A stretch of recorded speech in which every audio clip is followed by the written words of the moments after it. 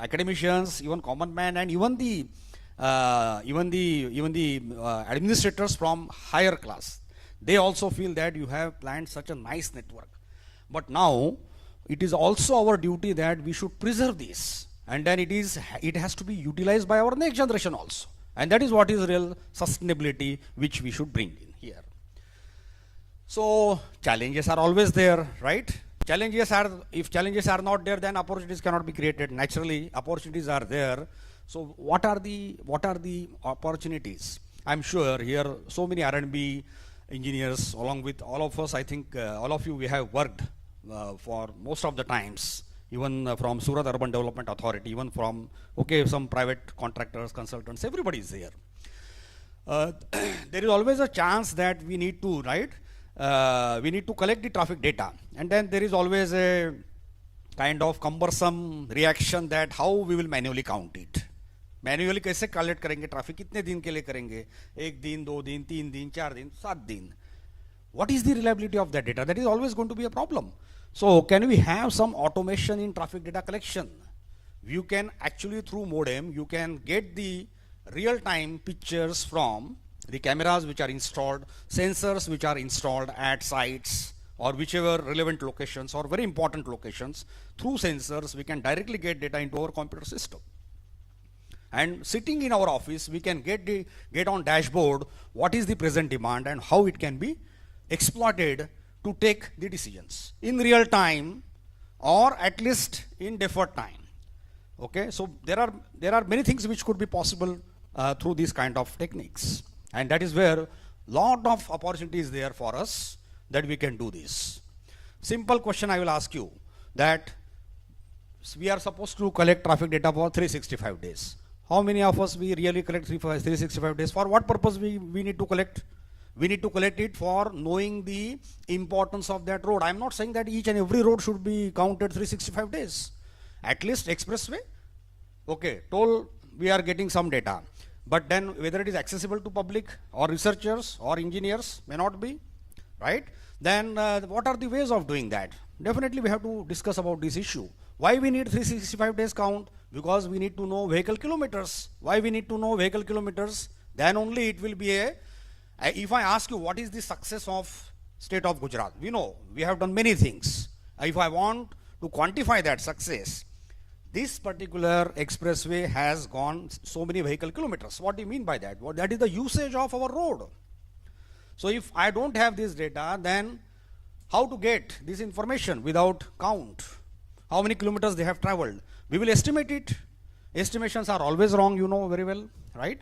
So at least on important roads, we should actually indulge upon this, technology, and then try to see how this database can be used. Level, we can do it at microscopic level. I will give you several examples from this kind. Similarly, also toll also, my colleague Dr. Ashish, he works on tollway operations, right? It's a very burning issue. And now government is talking that it should be distance based, GPS based. Every vehicle cannot have GPS, but then there will be some onboard unit, OBU, everybody must be knowing. Okay, most of the cars will have OBU, and through that OBU we can get some data. You can switch on, switch off that, and then, okay, if you don't want yourself to get highlighted or get during COVID, everybody has installed Setu app, Arogya Setu app. Through this, all of them, or most of us, we have data, and that data is getting stored somewhere in server of ministry. Of course, there are other issues of security, privacy, and so on. But then, if this data is available to us, we can know how a person was traveling from one end to other end, how trips were generated, in what time they were generated, whether it was daytime, night time, week में कितनी trips हुई थी. इतना सारा data हमें मिल सकता है, और वो डेटा ऑलरेडी अवेलेबल है. ऐसा भी नहीं है कि वो डेटा कुछ उसमें नया बहुत बड़ा रॉकेट साइंस है, ऐसा कुछ नहीं है. That data is already available. So we can know what was the traffic situation, try to correlate when crash took place during that time, and then see that what is happening to that. आप दो data overlap करेंगे तो आपको पता चल जाएगा, right? So that means what? We need not only civil engineers, we also need engineers to analyze this data. So we need computer science people. 20 lakh entry आ जाएगी, 20 लाख में से ये ऑड है, ये इवन है, ये ऑड है, ऐसा कैसा पता चलेगा? We need computer science. Very soon I find that R&D departments will have electronics and computer science people also, because without that data science cannot be handled, right? Of course, very passionate civil engineers can do that, but then we need some interdisciplinary approach. Without that, it is very different. It is you take in any sector, wherever there is data which is to be obtained from some equipment in automation way, we have to go for computer science people or electronics people, or at least we see even in Svnit we have minor programs. So our students can also avail that facility, that they can train themselves in computer programming. So that way we have a lot of scope to do. This is okay. I will not go into details of it, but yeah, the keywords here are safe, sustainable, accessible, reliable, advanced, and low carbon mobility. Another important aspect is low carbon mobility. That means what? The carbon emissions are to be reduced. So how it can be done? Through design, planning, and so on. This particular slide is taken from Rajesh Bhai, and then this is the Saral vision, which I am sure that they have implemented or they are trying to implement. It is partially implemented and they are in process to do that. I think this is a Saral, the Saral and simple way that we can understand how this parivartan or change can be brought in. What are the important aspects of that, right? Right now we feel that roads are available, we have adequate space. Some roads are not available, somewhere space is not available. One day that space will be fulfilled, right? Then what we'll do, we will again go for more roads? No, we should shift ourselves to public transportation. And then to make public transportation more reliable, again we need data. कहाँ पे कैसी बस कैसी चल रही है? Can I see in my mobile app? Yes, I can see that. Just Chaudhary Sahab was giving example of where is the hospital and how much it is near to me and how much time it will take, right? Even in real time, I can give the path and the road to a trauma-based, right, ambulance. Even ambulance is having GPS data. Even we are talking to them also that please give us that data so that we can analyze that. Every ambulance is having GPS data and they give us data every 0.5 seconds. So if that data is available, we can know what is the situation on traffic. Based on that, real time we have to tell the ambulance that this is the way we should go. So this is what? It is technology, right? Because ambulance, it has to reach very quickly, in time, reliably, safe, secured. So if these are the keywords to be attached or to be looked at, then we need database. Without that, you cannot do that. Okay, there are several factors which are responsible, right? Very first thing is roadway. What is the traffic? What are the advancements in automobile sector? Mechanical engineers are also sitting here, right? They can know, they can tell that so many advances are happening. Even there is a pop-up, there is a message, you are overspeeding and so on. But how many of us we really try to look at it? How many of us we really try to have a compliance based on those messages, right? These are all aspects one has to think. And then of course the driver behavior. Driver behavior is what? Whether to go left, right, and on what basis those decisions are.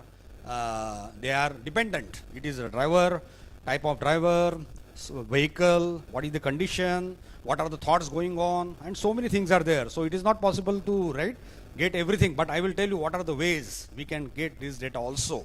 So it is not a simple problem. It's a social problem, it's a technological problem, it's an engineering problem, it's an education problem. All 5 E's are there. It's an emergency problem. All of them, they are involved. So if that is the case, then certainly we need to be dependent on data-driven policies. So what the need is very clear. We have so many vulnerable road users, motorized two-wheeler, pedestrians, bicycles, right? We have been trying for NMT tracks like to provide separate, cycle tracks. And then we find, okay, we have done it, but then still the vehicles are being parked. Can we get the vehicle parked? At what time that vehicle was parked? And then who has parked that vehicle. Maybe it is possible by technology. Should be. It should be. So if we are getting that, and if we are able to get that message, of course it is not yet implemented. I am sure if you give this problem to some BTech or MTech student, he can bring in some solution. Initially that may be at one level, but when we get it at mass level, we can bring a change. We can do that. It will take time, but it has to be done. And that is how, you know, we can, these are the simple examples which I am trying to give you, right? Two-wheeler movement, it's a very, you know, kind of very surprise. Even the auto rickshaws, when they go and take a right turn, they will not show you on hand, they will show their leg outside that they are taking right turn. How to get this data, this kind of behavior, and how to really know, right? So if this is the case, there may be a possibility that we can segregate this traffic, right? And then through that we can try to know what could be its impact. So some pilots are also to be done, and through that we should demonstrate that if we do this, this is the level of safety which can be achieved, this is the efficiency, right? That means this much of delay is reduced or increased, whatever. If it is increasing, we will not do that.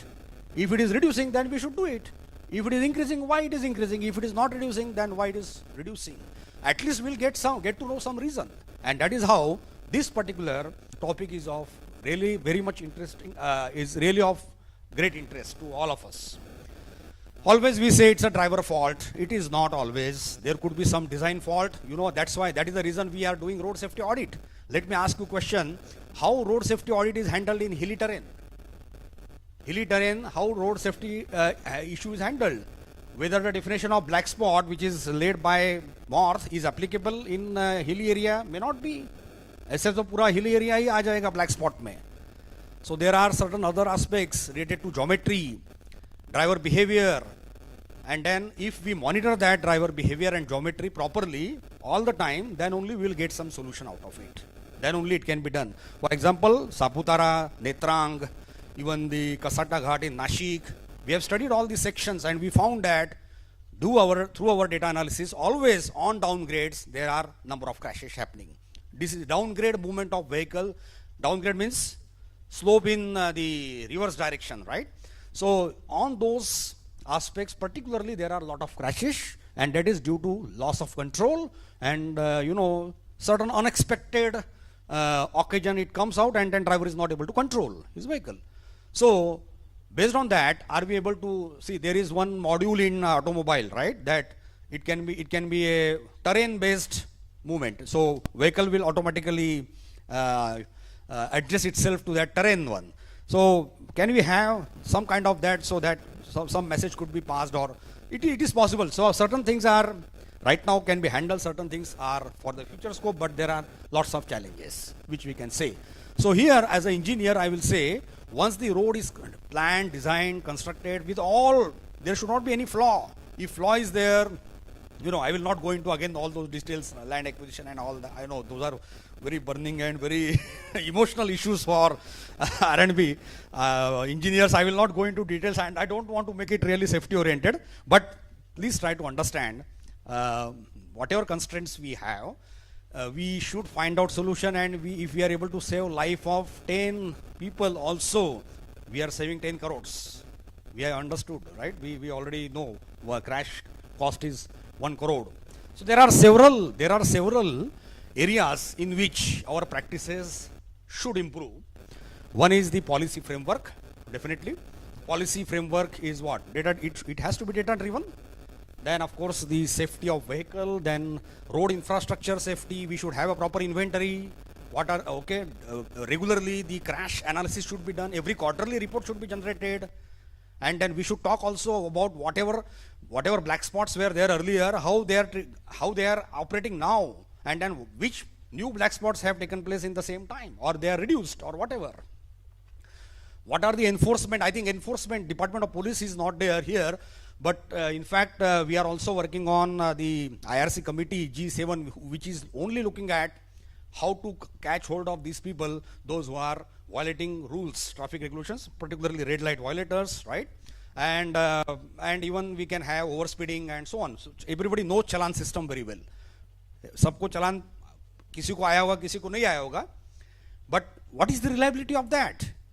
वो vehicle किसका है, उसका है, RTO is not able to share data with us. We have several times we have requested them that please give us and we will tell you whether this strategy is effective or not. If it is not effective, why? If it is effective, it is why. So if it is effective, then let us try to implement everywhere. Not only in Surat, but all cities. Or maybe all over regions.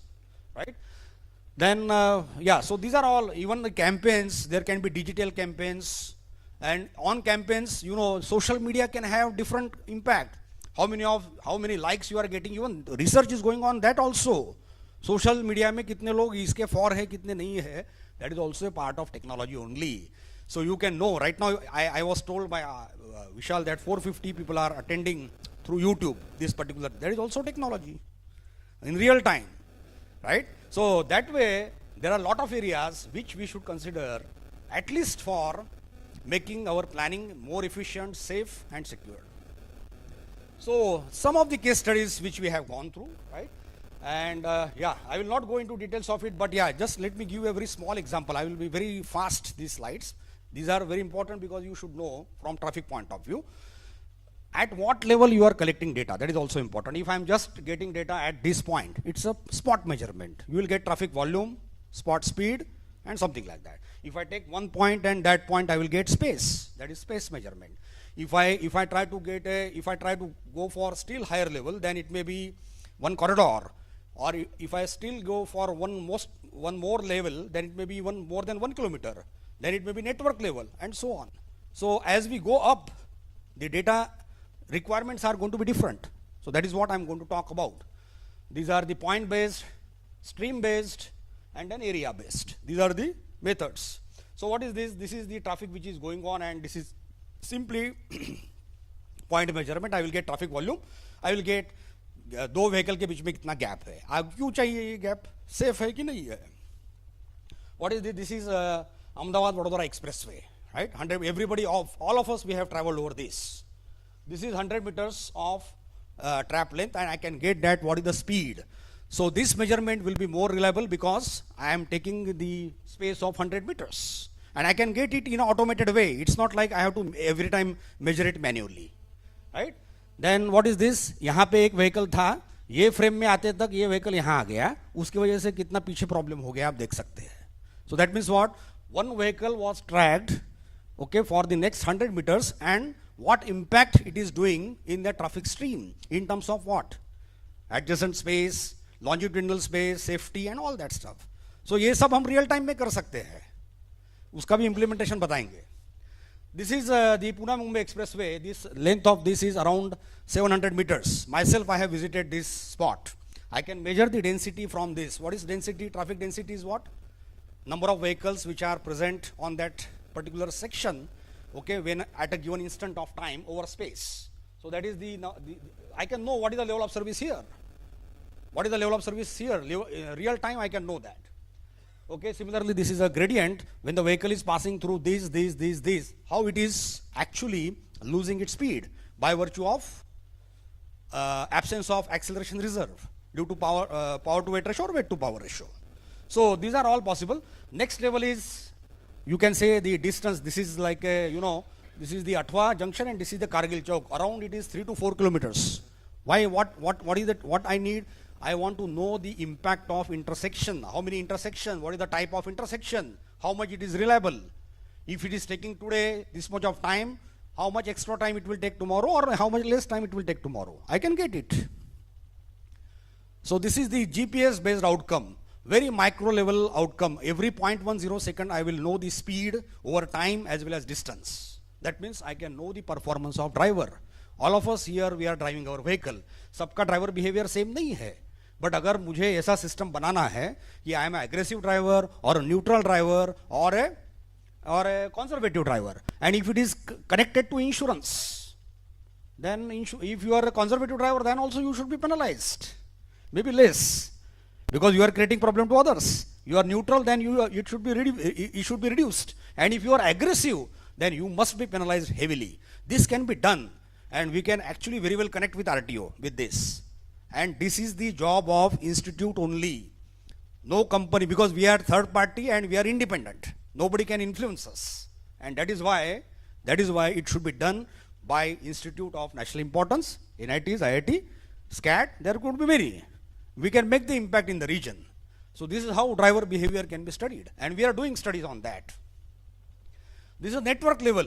You can say these are the balloons are buses, and if I know which bus is going to take more time, I should do something in real time, which SMC is already doing.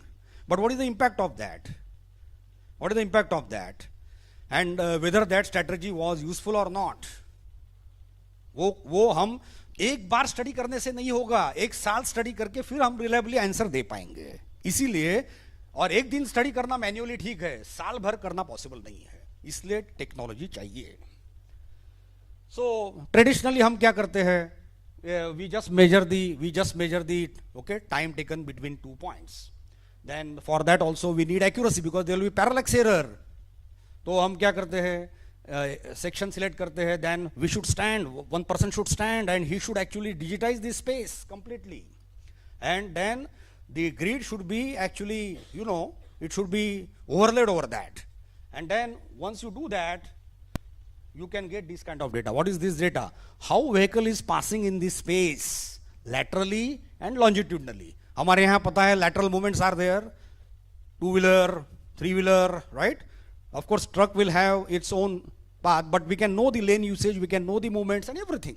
So everything is possible through this, but this is manual. It is still accurate, but still I will say it's a traditional. We can bring in computer vision in case, and then we can do that. Okay, I will tell you that output also.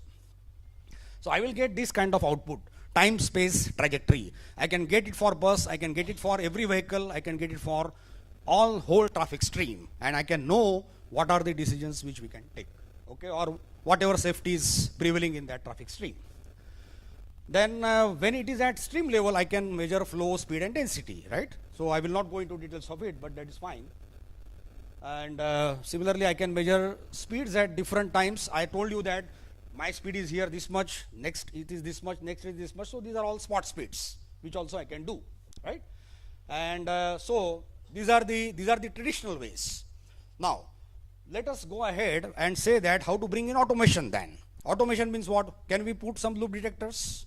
Yes, it is possible. What do you mean by loop detectors? They are like tubes.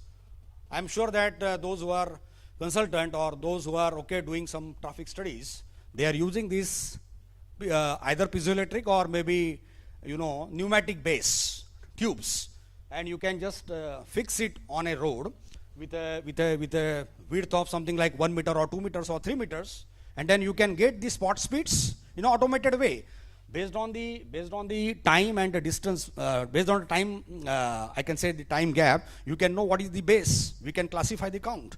But problem कहाँ आएगा?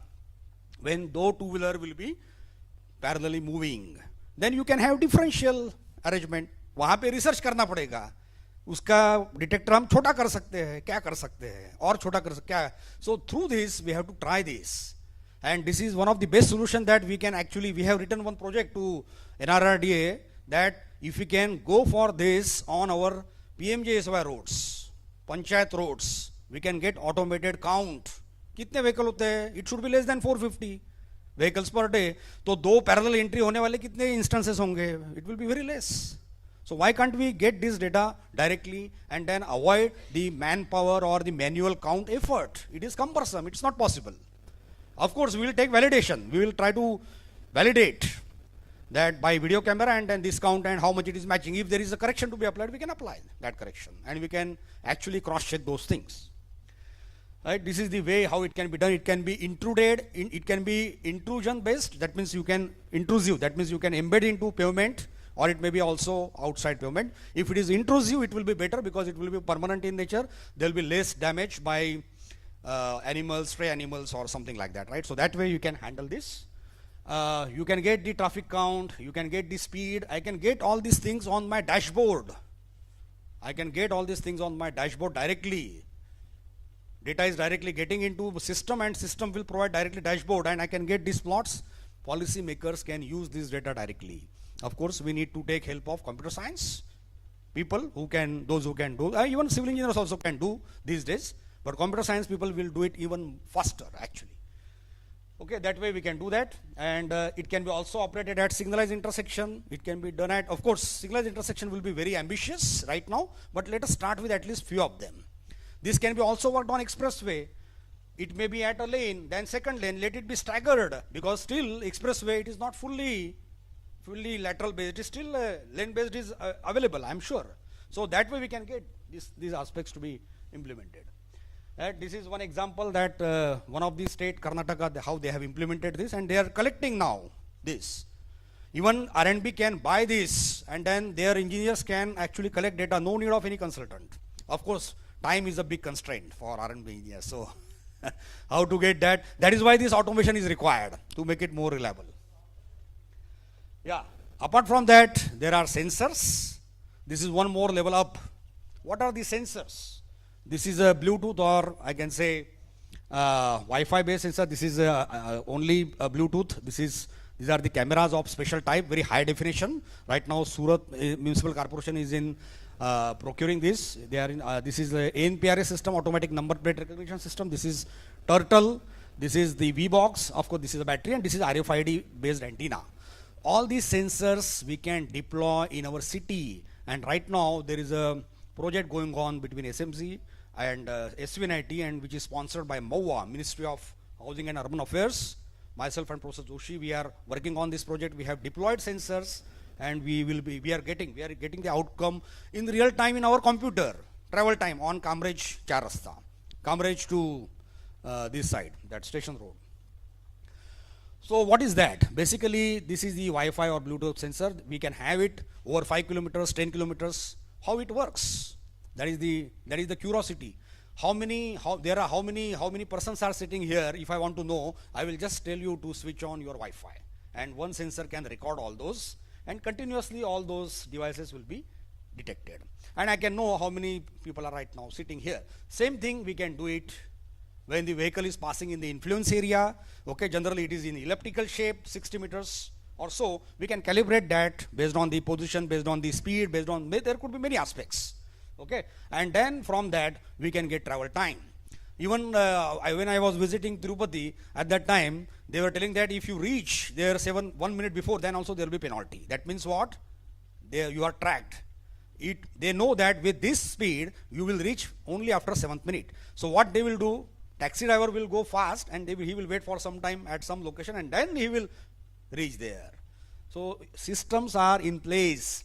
But we should have, again, comprehensive solution has to be bring in. Maybe at 1 kilometer there should be some other sensor or something like that. And then we should try to find out these flaws also. But at least there is some sort of control in developing countries, or maybe like whatever cities we have in India and what attitude we have towards traffic. In order to achieve this, we can do that. This is already done in Tirupati.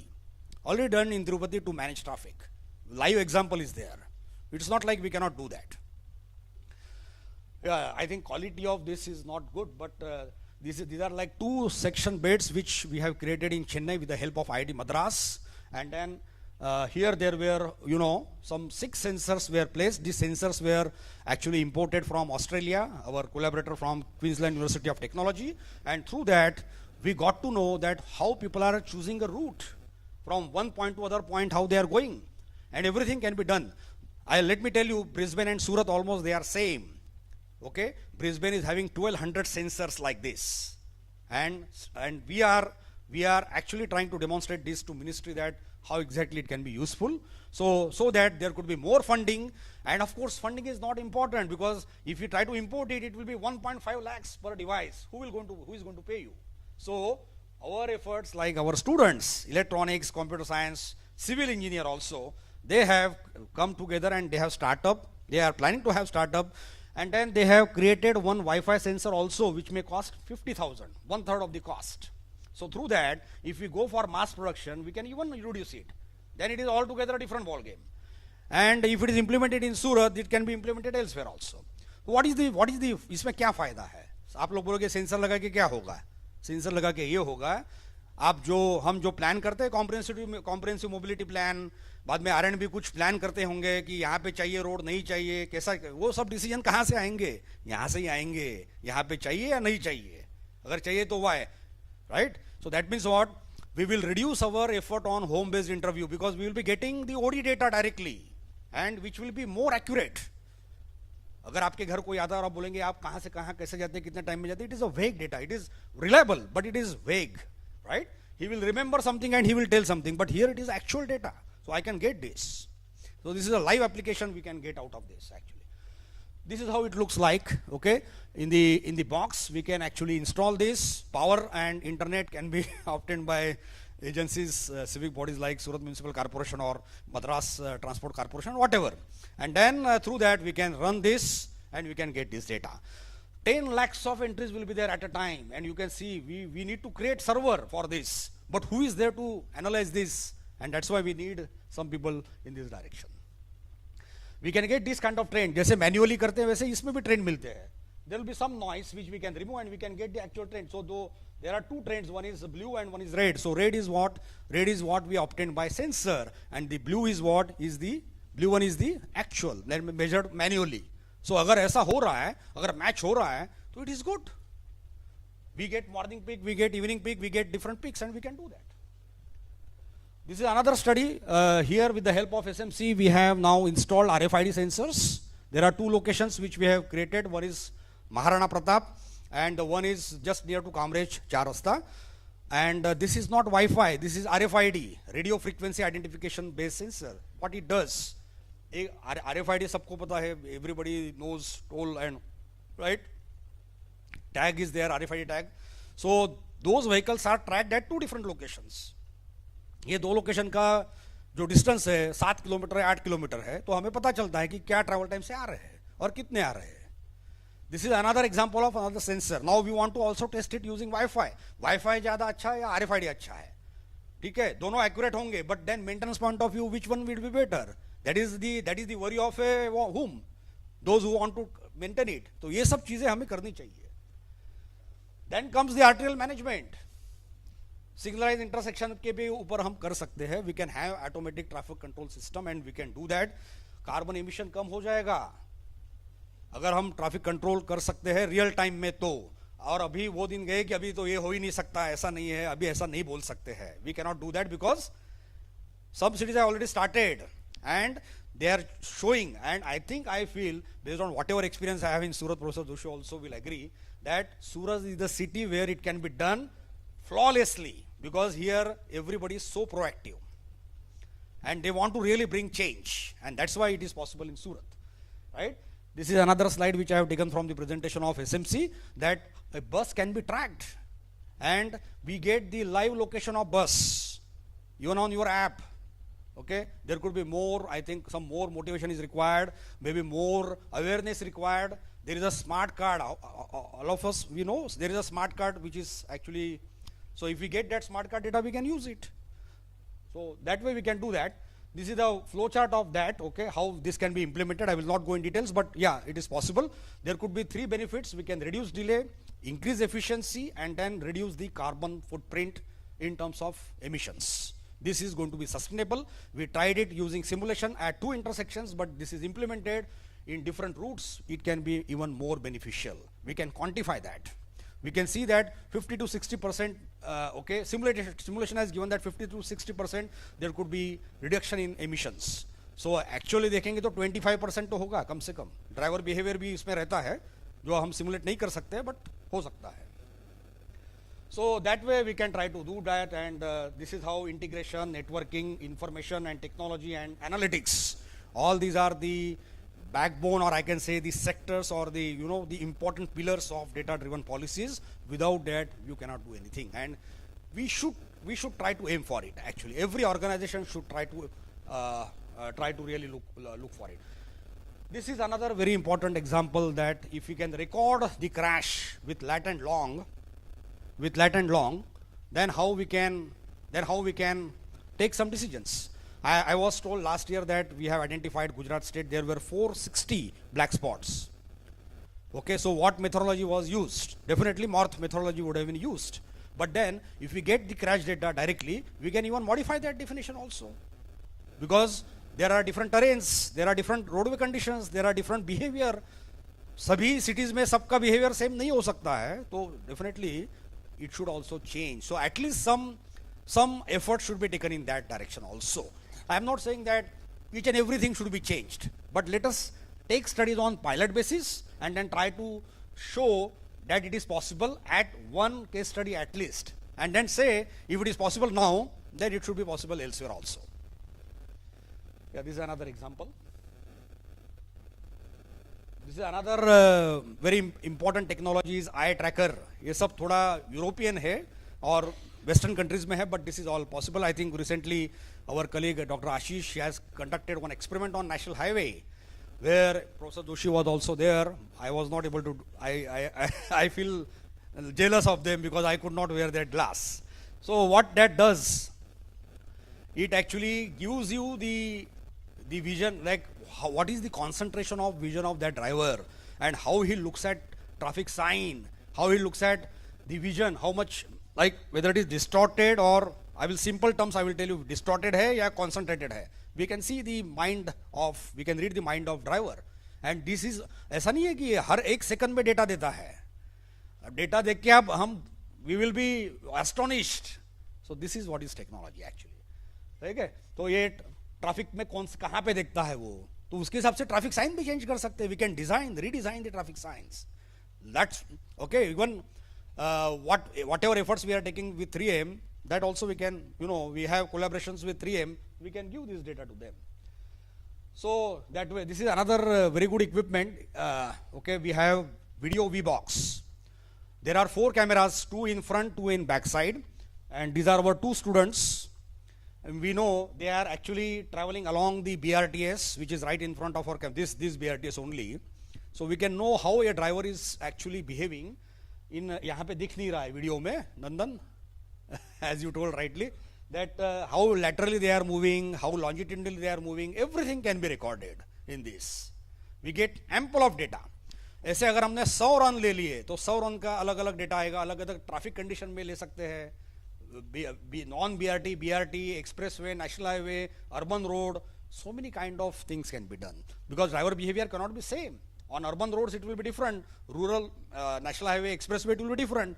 Everything can be actually studied through this kind of technologies. This is called as naturalistic driving behavior.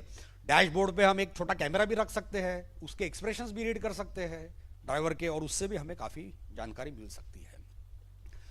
This is the effort which I was trying to tell you. This is a computer science student who has worked with us since his first year, and by the time he is passing out his final year and got his admission in MS, some good university, San Diego, UC San Diego, he has developed a trajectory extractor for us. In real time, we can get how many vehicles are moving laterally, then longitudinally and all that stuff. This is not Western country, it is India. And this is Western Express Highway in Mumbai. And we are able to get each and every detail every 0.1 second. And you can see that more than 90% of the vehicles are tracked. This is the effect of computer vision. अगर ये algorithm हमने अलग अलग जगह पे लगाए तो हमें बहुत डेटा मिल सकता है. ब्लैक स्पॉट को मॉनिटरिंग करने के लिए मैन्युअली जरूरत नहीं है. We should get the video stream, live streaming of that, and we can do this. We can do that how exactly they are doing or how exactly they are driving. This is the intersection in Mumbai. This is Pune-Mumbai Expressway. It gives you the number. What is the density, what is the speed, what is the volume. In real time, I can monitor the level of service of that road. I know it is difficult, but it has to start. It has to be started somewhere. Because those days have gone now that, okay, it बहुत time लगेगा, ऐसा होगा. We should start it on pilot basis somewhere. And then, if it is done, okay, if there are flaws, we should remove those flaws and then try to get it much better. We have also developed some trajectory data using this. You can see the whole each and every vehicle position is marked here using this trajectory extractor. And this is almost like 550 meters right in front of our campus. Around 5,000 vehicles are in this trajectory. I can know what is their behavior, how they took decision, left, right, straight, सब पता चल सकता है. This is the output of drone. You know, drone technology, I think Professor Mudra was telling, we can very well use it in transportation, traffic engineering. This is this is work zone which was created right in front of our campus. We have captured it. When the work zone is there, how their shifting is going to change. And then this is one of the, Panchayat bridge Ankaleshwar, which we got for design as a consultancy work. So that also we could get it. And we know now in totality that how is the traffic actually moving. We moved it to almost 60 meters, adjusted the height till we get the desired resolution and then desired details. Everything is possible actually. We can mark the points, okay, and so on. So now I think I will be winding up way forward. Of course, emergency vehicle we have already discussed. Yeah, some pedestrian data extraction was also done. I will not go into details of that, but this is quite interesting. Not sure it can be run. इसमें थोड़ा सा टिक कीजिए, एक ही कोई भी टिक कर दीजिए. Okay, that's fine. I think this is what this is the pedestrian movement which can also be tracked real time, and this is done by one of our electronics faculty from Svnit and their students. So it's not like only civil engineers are important, but also other engineers. We can get all this database done. Right, we can do, these are the trajectories, vehicle versus pedestrians, and that analysis can be also done. And yeah, so ultimately, what is the way forward? What are the low-hanging fruits which immediately we can do, in my opinion? It may be, some of the things may be difficult, but yeah, it is possible. Deployment of Bluetooth Wi-Fi sensors, technology is already proven. I think we can think about it, at least for test bed. Loop detectors are definitely, I think, much more required. GIS database management system can be created for payment management system, for crash management system, for traffic management system, for different kind of systems. GPS, of course, it is in place. GTFS data is also getting ready, and many cities are working on that, I think, but still only Delhi has done a wonderful job, and all other cities are really trying to do that. We are trying to study this also. GTFS data is related to general transit feed service, right? So related to that, lot of efforts are required, because we need dynamic data. We don't need static data. Static data is always good, that is fine, but dynamic data, AVL data, e-challan system, how to make it more reliable, more accurate. Evaluation of technological intervention. Delhi airport का एक example दूंगा. I am not able to resist myself. Interceptors were there. Every day, okay, it was the same position, and then so people used to control themselves, drivers, near to that interceptor. Next day onwards, Delhi police, what they did, they changed the location of interceptor and different location. Immediately within 6 months they could see the result that speeds have come down. So that means technology can help us, but we need to understand the implementation of that, which is possible working with industry practitioners, researchers, and so on. Evaluation of technology, yeah, so these are the even black spot identification, patrolling of traffic police. Okay, so many things which can be done immediately. This we also presented to Deputy Police Commissioner, Department of Police, and they also liked this presentation. These are the medium-term road safety measures, or maybe traffic management measures. We can say image processing. We can do it at still more at detailed level. Highway safety manual is, of course, it is not the forum where I should tell, but we don't have any highway safety manual still, and we are trying to seek funds at national level from Ministry of Transport and Highways. Pavement distress management system. These are all medium terms. Let's say medium term is something like 5 to 10 years from now. Can we do this? Short term is something like 2 to 3 years. And then these are the long term measures. Creation of high speed and low speed zones. Modification of geometric design guidelines up to certain extent. Driver behavior. Okay, even the segregation of two-wheelers from the traffic stream, if it is possible. Some strategic planning is required, and yeah. Finally, I will just say that we drafted one proposal also for Government of Gujarat. We presented also that there are 32 districts. Let us try to have pilot project in each of the district based on your choice, and we can apply some of the technologies, and we can go for at least one document with which there could be some further steps. Thank you. These are the contributors. It's not a job, it's a very big teamwork. These are all our students, those who are now working in different cities, countries, and so on. And then, of course, this is the current team of our transportation engineering and planning section. This is only possible with teamwork, without which I think nothing is possible. So teamwork is the most important thing. First we should. Thank you.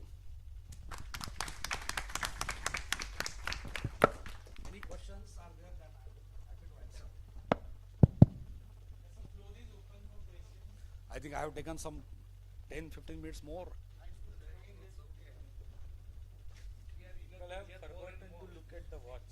अभी 10-15 minute मैंने इसीलिए बोला था कि शायद सो नहीं पाएंगे. नहीं जरा भी नहीं सो पाए मतलब single moment which is nice.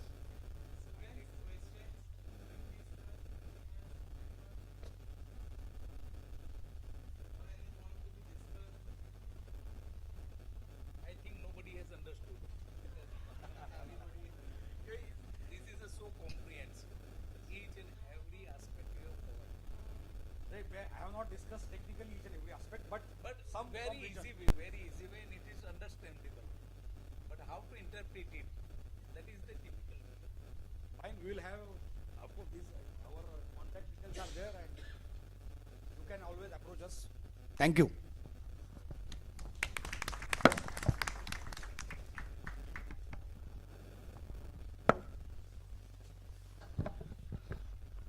Thank you, Professor Srinivas, for the detailed presentation. So now let's move towards the third technical session for the day, which will be on sustainable technology for road construction and maintenance by Sri Amit Kumar Solanki. Let me introduce A.J. Solanki sir to you all. Sir pursued his Masters in Highway and Transportation Engineering from MS University, Baroda, and presently he is serving as an Assistant Professor at Department of Civil Engineering, SVNIT Surat. Sir's major area of expertise is pavement materials, pavement analysis and design, pavement evaluation and maintenance. Sir has also acted as a consultant for various research and consultancy projects related to flexible pavement design, rigid pavement design, bituminous mix design, warm mix asphalt design, cold mix asphalt design, design of mixes, soil stabilization, etc. Sir has also served as a third-party inspection for various road constructing agencies like SMC, SUDA, RNB, NBCC, etc. Sir, I invite you for your lecture.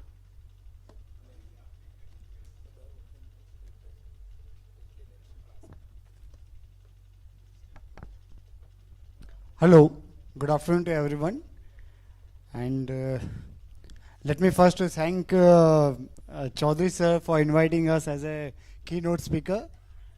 Dr. Joshi sir, who is head of the department, who has offered us to be a part of this seminar, and we have accepted that with a lot of enthusiasm. The motto of this seminar, particularly accepting this invitation to be a keynote speaker or a guest speaker, is what knowledge we are possessing in the field where we are working. It should be disseminate to the practitioners, to the field engineers, because knowledge what we are having with the academic background, with little bit contribution towards the society in the form of consultancies, this should be finally, it should not be limited to only consultancy work to one agency or two agencies, but it should be heard and spread it to the mass, to the field practitioners across the state or the country. So this is, I thank really the organizers for inviting us as a keynote speaker. Thank you. Now, I think there is some color shading problem is available. The topic in which I would like to deliver some knowledge is about sustainable technologies for road construction and maintenance. So again, there is a word like sustainable technologies. So we are already aware of what is the sustainability. So let us go ahead one by one. The photographs here shows some of the technologies or some of the areas where the presentation or the talk is focused on. One is about the bituminous mixes. So there are many alternatives which can be called as sustainable. So slowly we will talk about those. Then something is about subgrade preparation, where sustainable technologies are available which can provide good solutions to prepare good subgrade, either by means of stabilization or by means of replacement of the material. Third is about the construction practices, particularly the hot mix plant, where hot mix plant are being operated, how to achieve sustainability. That can be very easy to to understand, but very difficult to implement in the field, because a lot of challenges are there in order to modify the plants, in order to achieve more sustainable mixes or more sustainable technologies. So here we need to work upon more, according to me. Field practitioners, they have to accept this challenge and try to modify what we can do in order to achieve the sustainability. Slowly we'll talk about these elements also. And lastly, in conventional practices, recycling is now becoming more popular, but how far we are able to execute this recycling in any of the project? What percentage of the mixes are being utilized effectively as a recycled material? Okay, that we'll talk about. So what coverage will be there in this? So very first thing, we'll be talking about routine issues with the conventional practices. Then what is sustainable technologies, what options are available with us. Then what we can do in the soil stabilization to achieve the sustainability. Cement treated bases and sub bases in order to reduce the consumption of natural aggregates. If you are able to reduce the natural aggregate consumption, then also we are going ahead or going towards achieving the sustainability. Then recycling of pavements, which is very much needed because of the scarce resources. Use of waste materials like waste plastic or rubber, steel slags. These are very routinely available in bulk. So which can we can explore the use of such kind of waste material somewhere in the road construction. That is the focus done here. And lastly, how we can reduce the energy consumption by either reducing the temperatures or by reducing the production energy. Somehow we can work upon those things. So these are some of the coverage that we are going to learn here. Now, routine issues in connection with the pavements. We might have heard about rutting, which is a wheel path deformation reflected or visualized, observed on the top surface of the road, particularly observed in the flexible pavement. So are we not able to design the pavement or design the mixes so that our road will not be rut? Okay, can we not get rut free surface? What can be done? If you are able to do something in that direction, then also we can say that we are avoiding early maintenance or more frequent maintenance, and somehow we are leading towards the sustainability if we can achieve those kind of designs or execution. Rutting, cracking, and nowadays mostly whenever monsoon is occurring, we are finding newspapers flooded with various photographs having the potholes. So what are the reasons for that? Are we not able to design the pavement or mixes which are having good moisture resistance? Lot of standards are available to check the material durability. Durability in the sense of resistance to the moisture damage or water damage. So that can be easily done in the laboratories, can be executed in the field. Trials are already made many places and it is successful. So why can't we design our roads in such a way that they cannot be damaged even in the first monsoon? We have seen in the first monsoon only many roads are getting damaged. Why? So proper design, if we are making it, then definitely we can go towards the sustainability. I always during this presentation will try to emphasis on the word sustainability because our seminar goal is about sustainable technologies. Okay, so how it should be achieved, particularly from the pavement engineering perspective, particularly from the selection of the materials that we would like to see. Below are some of the issues. Here we can see one typical hot mix plant is shown where some gases are or fumes are coming up, right? Why can't we develop, why can't we avoid or reduce the amount of fumes, particularly gas emissions, carbon emissions are being reduced? How we can do that kind of thing? So that can be taken care of by executing proper design, that is first thing. Secondly, by incorporating that kind of material which can have less heating. If we can able to do that, that means we are avoiding more emissions of such gases. Another issue in the field that we have found is spreading. Sometimes in the stabilization, we find that there are 2-3 additives or stabilizers are being added, like conventionally lime, fly ash, cement. Okay, this kind of stabilizers are being added. But what is happening in the field? On paper it looks very good, design is looking very good, okay, it is achieving so much CBR, it is achieving so much density, that is fine. But in field, are we able to execute it properly? Let me share you one example. Before 3 or 4 years, when Chaudhary sir was here, he was very keen in executing this stabilization. Because theoretically we know what is the significance, but practically if you are not able to do that, it is useless. So I have seen sir was moving on the field with the intention that each agency should carry out the stabilization with the right practice. At least not to the ideal way, but at least we should move towards the perfection. Okay, why can't we have the pulverization done? I hope this matter of pulverization is known to everyone, where soil lumps are being broken into the smaller size so that they can be interacting with the stabilizers like lime or cement or fly ash chemically, and it can reduce their expansive behavior. So for that, pulverization is very important. So why we are not focusing on that issue? Okay, many times it is seen, it is manually mixed with the tractor, ripper, something like that. But why we can't use correct instruments which can have proper mixing, right? If we are able to do that kind of thing, definitely we are going in that direction only of the sustainability. It is there in guidelines, we are having all these clauses, but how far we are able to execute it, we have to see it from our side. Another thing here, I have shown you some mix. It is a surface mix, right? Bituminous mix. Looking to the surface itself, we can find it is quite open, right? That means fines amount are quite less. So whether it is a correct mix or not, right? If it is designed to be a dense graded mix, and if you are not able to design it properly or execute it properly, then definitely it will lead to the failure, which will invite maintenance at very frequent, at very fast age. Okay, so if you are able to delay the maintenance by providing proper gradation, then also we can say that we are going in a good direction.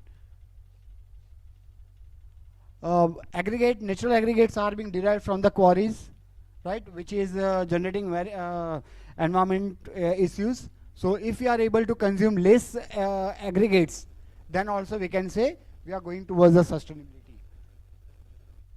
What are the reasons of failure? Everyone knows, but more importantly, I will focus on one issue here, the dissemination of knowledge or updation of the knowledge to the field engineers. That is very much required, and for that such kind of seminars, training program, workshop are to be organized very frequently, by which field engineers will be having feeling of updating themselves.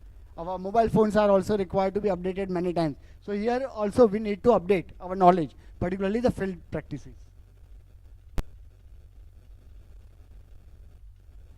What are the sustainable technologies? So mainly, as Chaudhary sir has also emphasized on the definition, that it is to meet our needs without compromising the ability of the next generations to satisfy their needs.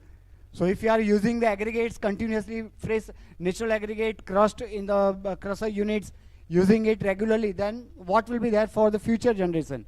Okay, so there is option available to us. Why can't we use some waste material like steel slag, which can be utilized as aggregate, right? We can use it. It is very effective. Why we cannot recycle our bituminous layers, which are being deteriorated too much? RAP, reclaimed asphalt pavement, that is the option available to us. But how far we are able to put it in the tender items or like that? Okay, I don't see that many projects are having a provision of use of RAP. It should be emphasized. Many other technologies which can be called as a sustainable is warm mix, which will be reducing the fuel consumption or emission of the air pollutants like carbon monoxide or carbon dioxide. So what is warm mix? Okay, it is related with the hot mix. Let us say hot mix. So normally hot mix is produced at a temperature of 150 above, okay, depending on the grade of the bitumen what we are using. But to reach to that particular heating, lot of fuel is consumed for maintaining that heating temperature. Even at that, the emission of the gases are also high. So if we are able to reduce it for the production of the mix, that particular mixing temperature. If you are able to reduce it from 150, 160 to 130 or 120, then definitely we are reducing the fuel consumption for the heating purpose. At the same time, we are also going to avoid the hazardous gas emissions. So one way what we can execute is warm mix asphalt. I have seen one or two agencies who are proposing the warm mix asphalt even in the R&B projects. So that is good, but I think the proportion of the such kind of projects should be high. Similarly, cold mix. What is a cold mix? We don't require to heat the mix at all. We don't require to heat the bitumen at all. At normal temperature, instead of our regular VG30 or VG40 kind of bitumen, we can use the emulsion, which is nothing but which is a bituminous binder available in the liquid form at ambient temperature. So we can use it very effectively at that moment. Right. So if we can develop such kind of cold mix technology, we can able to execute in the field by having little change in the hot mix plant. Not in the hot mix plant. Now it will not be called as hot mix plant, but it can be cold mix plant. Right. Only emulsions are to be added in definite quantity in order to have sufficient coating. So cold mix technologies are to be explored. Further, use of some plastic waste or waste materials like rubbers, okay, either derived from the scrap tires or any other rubber utilizations, bearings and other things. If you are able to use this waste rubber in our bituminous work or in our road works, then also it is going to be a good move towards saving our environment. So we will see how we can do it and what attempts are being made in order to achieve this. Another thing is about the recycling. That means recycling of the pavement in terms of use of RAP, reclaimed asphalt pavement, in the construction work. So apart from that, there are many moves which are available, but will not go in depth. Okay, let us go about the cold mix asphalt. That is one of the sustainable technology. As I told, in cold mix asphalt, we are nothing to do with any heating. So in that sense, we are saving the fuel consumption. Okay, we are avoiding the pollutants to be mixed to the environment, right? Gas emissions are not at all available here, right? So in that way, cold mix technology in which emulsions are being used in the aggregates, it is going to be very effective. But there are still some challenges available when we are using this cold mix for the road works. Say for example,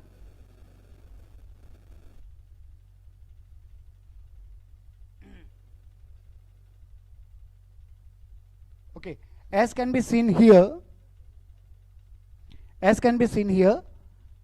this particular graph, just for our typical understanding, NF is nothing but it is a fatigue life. Fatigue life means what repetition the mix can sustain before it fails in cracking particularly. So here one typical attempt has been made in which the normal hot mix, for that we have found the fatigue life, and it was found to be around 10 to 15,000. Okay, if we are using the cold mix, when we are using the cold mix, it was having 24,338. That means we are able to increase its fatigue life. Okay, but at the same time, the problem is happening that it is going to reduce its rutting behavior. That means the deformation issues will be challenging in that case. So in order to avoid that rutting or deformation issues, what attempt can be made? In the cold mix, we can add some cement, though it is not shown here properly, but some little amount of cement in the range of 2 to 3% according to the real design. If it can be incorporated, we can increase its fatigue life as well as the rutting resistance. So this kind of challenges are coming when we are developing something like cold mix. At first attempt, it is not going to perform well, but you may require to identify remedies for that. What can be incorporated further so that its performance can be enhanced. Another thing is during mixed design, be it a cold mix mixed design or hot mix mixed design, we are finding that during the Marshall mixed design, we have to give 75 number of blows for preparing those specimens. And with that, we are normally providing the design in order to achieve the 4% air voids. I think those who are dealing with the road work, particularly the bituminous layers, okay, they are aware of that. we are designing the mixes for 4% air voids, and for that normally 75 number of blows in the laboratory are being given, which simulate the compaction which occurs during the construction as well as during the service life of the pavement towards the end. So that totally all compaction which is happening in the field is simulated in the laboratory by 75 number of blows. But people have explored that. Upon finding the poor performance in some of the roads, people have identified that why we are only compacting it by 75 number of blows. Okay, at the end also the mix can have potential to be compacted further. So if you are able to compact it during the design itself to a greater extent, okay, densifying it more, then there will be lesser chances of its failure, particularly the premature failure in rutting in the early years, like first year or second year. When it is implemented in the field, it will be having less potential of rutting, and that is how it is going to enhance its performance. So this curve says if you are increasing the compaction, this particular first curve, the top curve, is giving the idea about how the air voids are reducing if you are giving the 75 number of blows. But if it is given around 200 number of blows, that means, let us say in the field, if you are able to compact it more, right? So in that case, the air voids remained will be reduced. Okay, so somehow if you are able to reduce the air voids, that means the mix is getting more densified, and more density may indirectly result into a good strength, right? So there is a concept of refusal density which needs to be explored while designing the mix.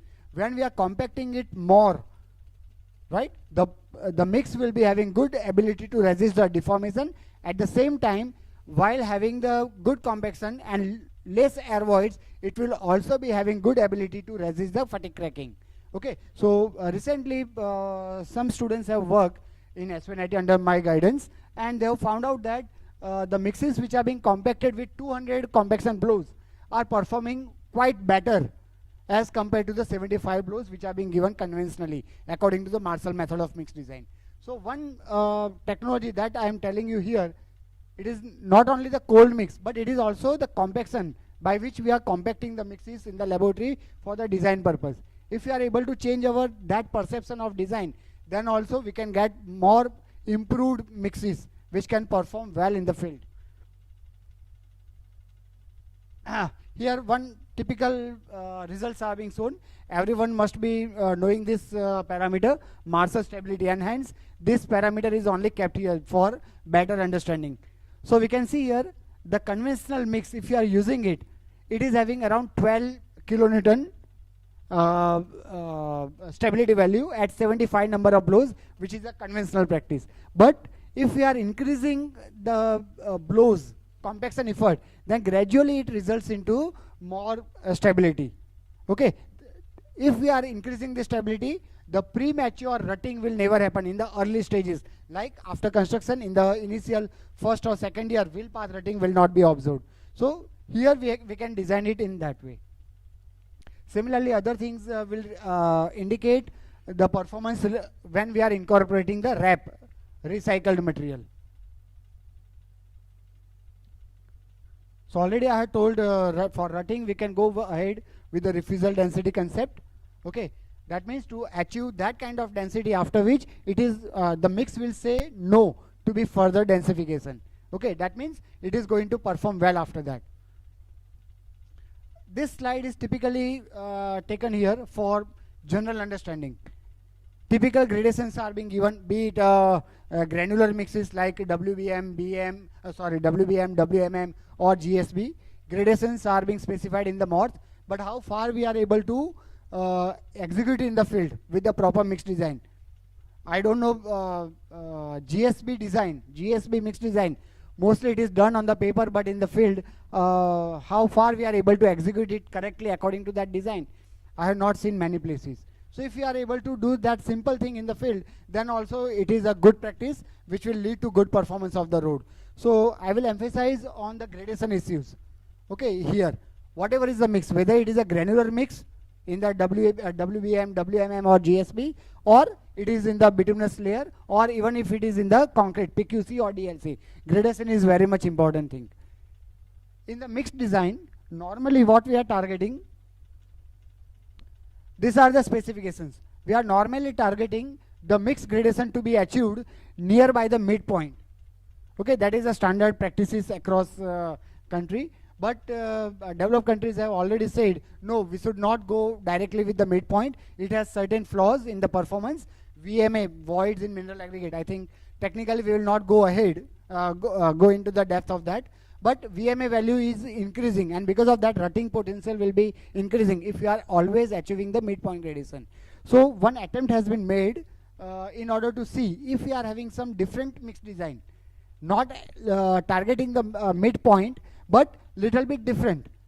Okay, then what will be the performance that can be achieved? So here some attempts were made by exploring various mix designs, and here particularly it was found on the finer side. In the finer side, if we are keeping less portion of the fine materials than the midpoint, then it is going to perform well. But definitely it is also going to lead in reduction in the bitumen content. So both way it is going to be beneficial. What we are doing normally, contractors has that mentality, if fine aggregates are little bit less, then our bitumen will be saved. Okay.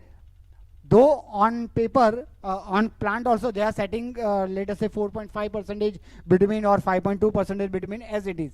But they are putting less fines. Right? So in that sense, your mix when it is coming out, it will look like very rich, very shining mix. And people will say that it is very good mix. But no, it will lead to failure in rutting. More amount of bitumen unnecessarily will lead to rutting failure. That means deformation failure. So what to do in that case? So intentionally we should design our mix in such a way that the fines will be on the lower side.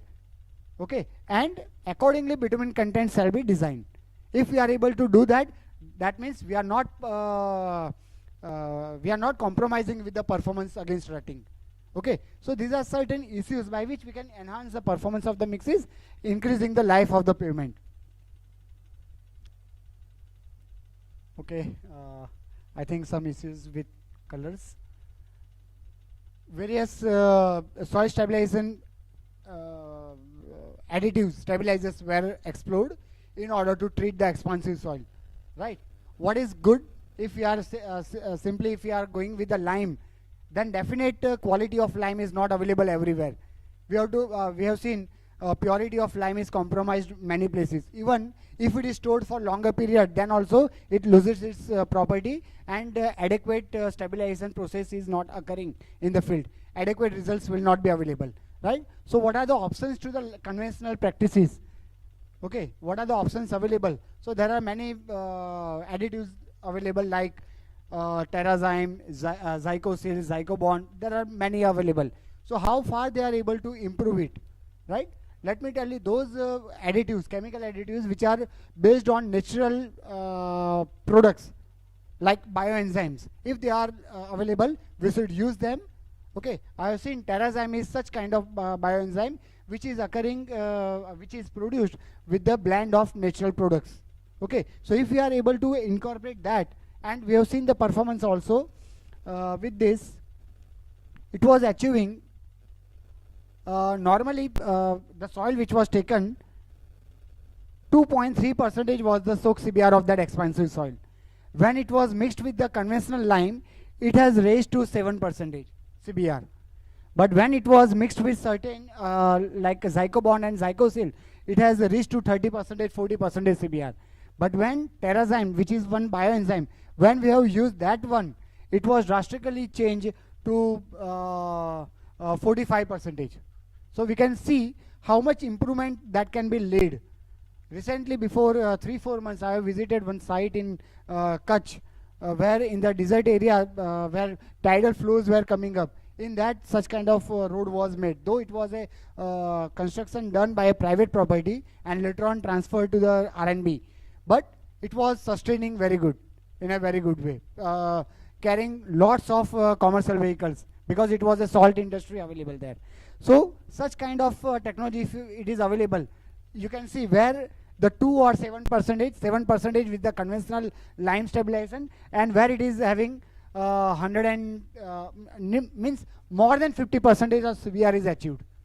Okay, so we can understand how we can increase the strength of the subgrade, and definitely when we are increasing the strength of subgrade, the thicknesses of the upper layers will be reduced drastically, right? So in the design, there will be considerable reduction in the total crust thickness, and that will lead to the change, reduction in the aggregate consumption, lead to the economical sections and more sustainable one. Issues which was addressed earlier also, during stabilization we are many times unable to have uniform mixing. So what to do in that case? So there are certain technologies available. Chaudhary Sahab has exhibited here, I think in Vyara, in Uchal Nizar section, it was exhibited first time in South Gujarat region. But after that I have seen many, not many projects which are using this. But if it is available, what it does, it mixes all your additives to the soil effectively to your desired depth, right? That is what we want for the better stabilization, better reaction interaction should be done, and that can be achieved with this. Though cost will be one of the factor, but to achieve something good thing, we have to go ahead with such kind of costlier technologies also many times. Though it leads to the uneconomical thing initially, but looking to its performance, lifelong performance, it can reduce its cost, looking to its life cycle cost analysis with the reduction in the maintenance cost. We have tried to use reclaimed asphalt pavement. Okay, IRC and MORTH has given the guidelines that we can use the wrap in the base course or sub-base course with the form bitumen technologies, or with the emulsion technology we can use it. But looking to the maintenance needs, most of the times roads are constructed and now we need to lay the overlays with the bituminous layers. So why not it can be targeted? So target has been made here. Aim was that why not we can use this wrap, recycled material, into the bituminous layer itself. Guideline says its utilization in the base layer or sub-base. But now attempts are being made to use it in the bituminous layer, so that for the maintenance work it can be very easy and economical option available. So normally bituminous mix can be designed with the wrap with around 20 to 30% utilization of the wrap in the bituminous mix, and in that way it is replacing the natural aggregate by 20 to 30%. Another thing, it can also reduce the bitumen content requirement by 1 to 1.5%, saving the cost, and again bitumen consumption will also be less. At the same time, the problems is also observed when we are using the wrap, which is already the used material. So when we are using the used material, it is having certain stiffness available, aging has already incorporated, right? So when it is being used once again, then problems will be there. First thing, because of the aging, it was became stiff. So during compaction, it is not going to achieve good compactability. So it is going to lead to more air voids. And when it is difficult to compact the wrap bituminous mixes, it will lead to the more air voids and leading to more rutting failure in the early life. So what can be done in that case? So certain rejuvenator can be added. Certain rejuvenator, simply oils, or simply waste cooking oil, that can also be added. One of the students has tried this year, and he got very good results about that. When we are adding waste cooking oil as a rejuvenator in the wrap mixes, when it was intended to use in the bituminous mix, it has reduced its stiffness, okay, and rutting issues was totally avoided in that case, right? So that was the intention. So recycling can be done with another utilization of the waste material like waste cooking oil, right? This leads to more sustainable solution. Another thing, then one more chance was explored here, one more performance was explored here. If such kind of recycled material is used in the field, and after some years it is also going to undergo some aging, so what will be the effect of that aging? Definitely it is going to age, and further it is also going to crack because of aging in the field. So if in the field, if it is cracked, then how to maintain that? How to maintain that? To remove that layer and again relaying the overlay, that is not always a conventional solution that can be possible. Instead of that, one more technology was explode. After cracking, what we can do, we can go ahead with certain heating of the deteriorated surface. With the deteriorated surface which is being heated, it is going to rebound, means recover. Healing will happen, but that heating should be done in a very controlled way. So attempts are being made in order to see what will happen for the maintenance purpose. If we are going for the heating of the natural surface, once it is cracked, we can give the heating, it can rejuvenate. That means it can heal by its own, provided it is being supplied initially in the mixed design with such kind of additives. This additive is nothing but, these are the steel wool fibers, small fibers of steel. Okay, these are the heat conductors. If during the mixed design, if we have incorporated these steel wools into the mix, then it can enhance the initial strength, but when the rod is under use, it will crack. At the time of cracking, we can give the healing through the induction heating. We can apply the heating, and through this heating, those steel wool fibers can join those cracks. This was the performance which was enhanced. So here one attempt was made in the laboratory. 3-4 dissertations are already being done in this. In developed countries, it is already under execution. This is nothing but, this is a laboratory small scale version of applying the induction heating. But you might have seen for the maintenance work, particularly the patch work, we are having that jet patcher, right, where heating of the surface is going on. So that jet patcher, which is heating the bituminous surface, making it loose, and we are replacing that. Instead of that, what we can do with that jet patcher kind of thing, we can simply heat it in order to have the self-healing done by itself.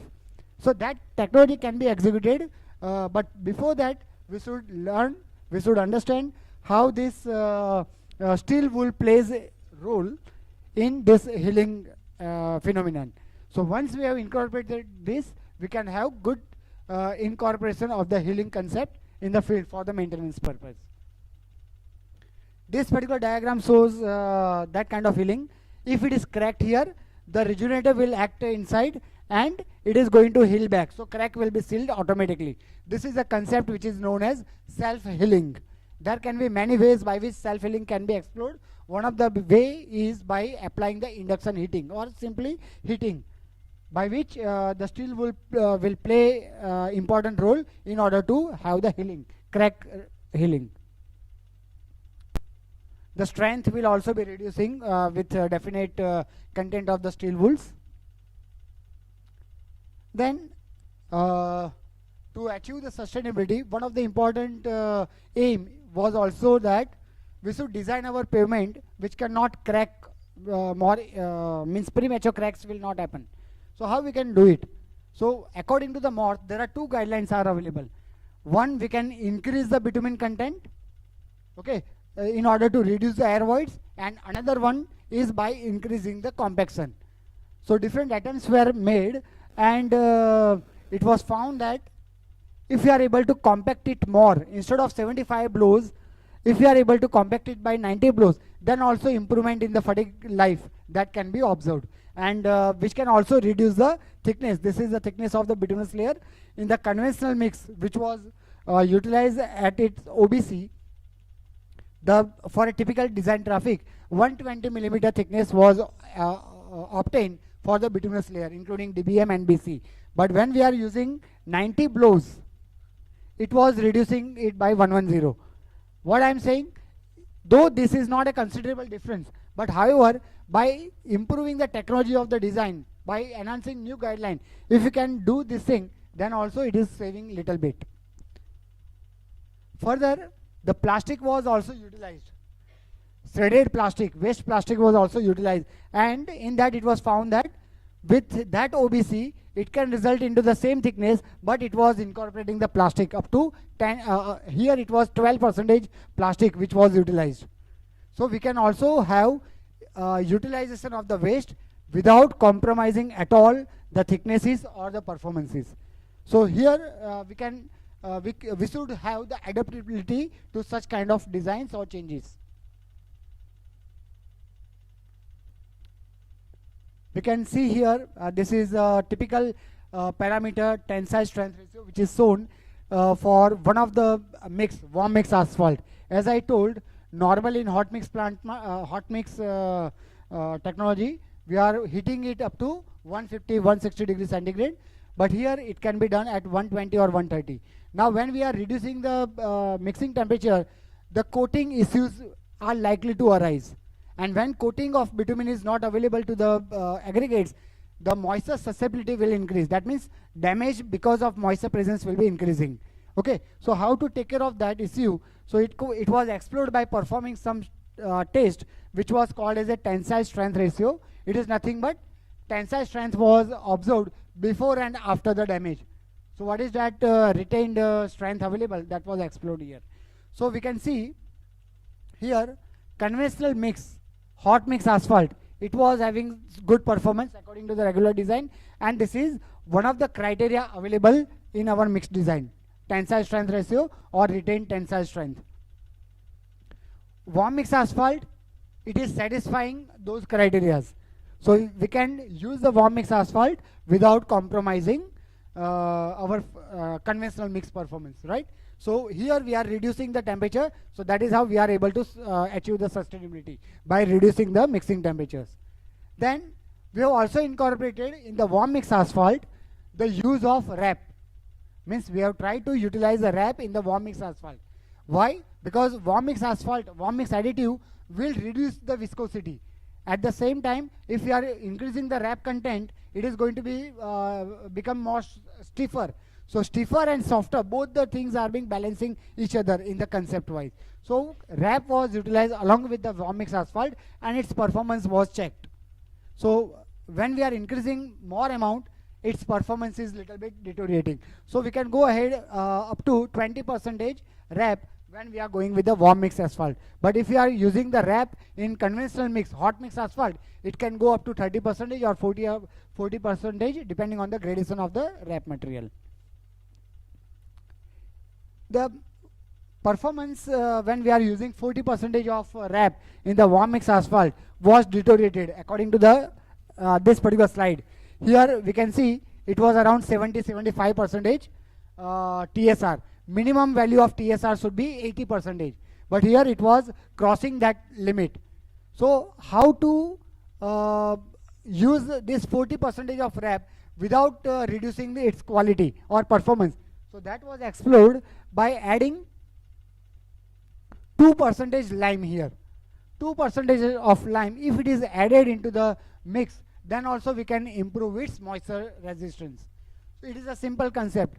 Across the globe, this is the practice.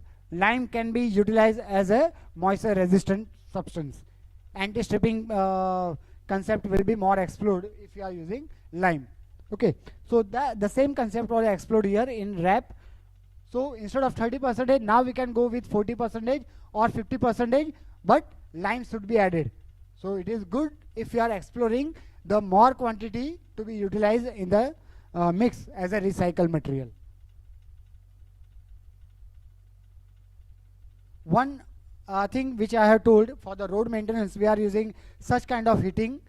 Pothole is available. The instrument, this is nothing but heating assembly available. Typically many suppliers are available who are doing this task. This portion can be heated, can be loosed. Okay, it can be relayed, and this is a portion which is maintained, the pothole which was repaired by means of this technology. Now what I was trying to say about the healing, the same instrument can be put here, it can be loosed, okay, though it is not to be pothole, but it should be cracked. So it should be, instead of losing it, definite around 60 to 70 degrees centigrade, that temperature should be maintained, and the cracking will be healing. That means crack recovery will happen. So that phenomenon can be explored with the same instrument. That means there is no much change in the technology about that. So what practices are to be adopted by us in order to achieve the sustainability? Cold mix technology, warm mix, recycling, use of waste materials like plastic. As you have seen, plastic can increase its rutting as well as cracking behavior also, performance, resistance. And use of CTB or CTSB. Though it is not explored in this presentation, but let me tell you, when we are using the base course or sub-base course, In that, instead of keeping it granular, if you are keeping it bounded with the cement, its strength will be increasing manifold. Instead of having this, let us say, modulus value around 300, 400, 500, it can go up to 20,000 or 25,000. So that kind of increment can be achieved if you are going with the CTB and CTSB. And if such bases are strong, above that what layers are going to be there, its performance are also be increasing. So this is one way to be thought in our projects. We have to keep the provision of this cement treated basis or subbase in order to have less utilization of the natural resources and to avoid frequent maintenance work. There are many proven technologies are available. I have taken these slides from the presentations by Joshi sir. These are already lime stabilization, cement stabilization. But are we going through all these codes? As a field practitioner, it is recommended that you should refer these codes once so that you can verify your designs. Many times the testing houses are submitting the design, contractors are submitting to the agents, clients, R&D or SMC, but it is on paper. No one is looking into the depth of that. So if you are able to see the design according to the guidelines, then we can identify where are the flaws in the design. Many times it is seen that gradation is one of the important parameter where negligence are being made. Okay, lot of negligence is observed in the gradation design. If you are having this material to be used, then the same materials are to be supplied in the laboratory, and with the same gradation designs shall be made. So that can be explored. So why I am emphasizing on this code? These are for the execution purpose.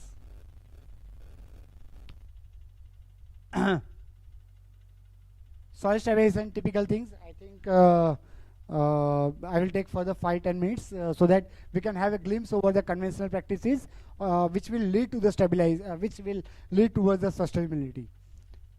Replacement of the soil which is poor in strength is not always a good solution, and that's why we are going ahead with various stabilization methods. For expansive soil, definitely we are always going with the lime as one of the potential stabilizer, but there are many other stabilizers which are also available as an option, as a competitor. As I told, bioenzymes, they are also a good competitor, provided with certain good quantum of work, the cost of that can also be reduced. So cost aspect can be taken care of. Mixing in a very conventional way, but how far it is going to result into the efficient mixing and pulverization, that is a question here. Okay, so if you are able to have good pulverization, good mixing, then definitely simple lime fly ash stabilization or lime stabilization, that can also lead to good subgrade or foundation. But let me tell you, this simple technology for mixing will not lead, because it is only going to mix the material additives up to 100 or 150 millimeter depth only. But we wanted our subgrade to be prepared at least for 200 millimeter. Okay, in complex situations where it is not possible, engineer in charge can take the decision, but at least 200 millimeters shall be there. Though 300 millimeter, 500 millimeter, these are the standards for low volume roads and high volume roads, but in a compromised way, sometimes looking to the field complexity, we can go ahead with that also. These are some photographs. Here also we can see how far mixing can be possible effectively. That will be the questionable. So more frequent testing, field testing should be done during the execution. One thing I would like to highlight here, during compaction of the subgrade, whether we are checking the moisture content very rapidly, asking for that, how much water you have used. If that quantity is also available, then definitely we can ensure that yes, during execution, proper care has been taken for the right amount of moisture to be available for the compaction. Okay, many times it is flooded with the water, mud kind of situation is available, right? So it is totally a negligence, right?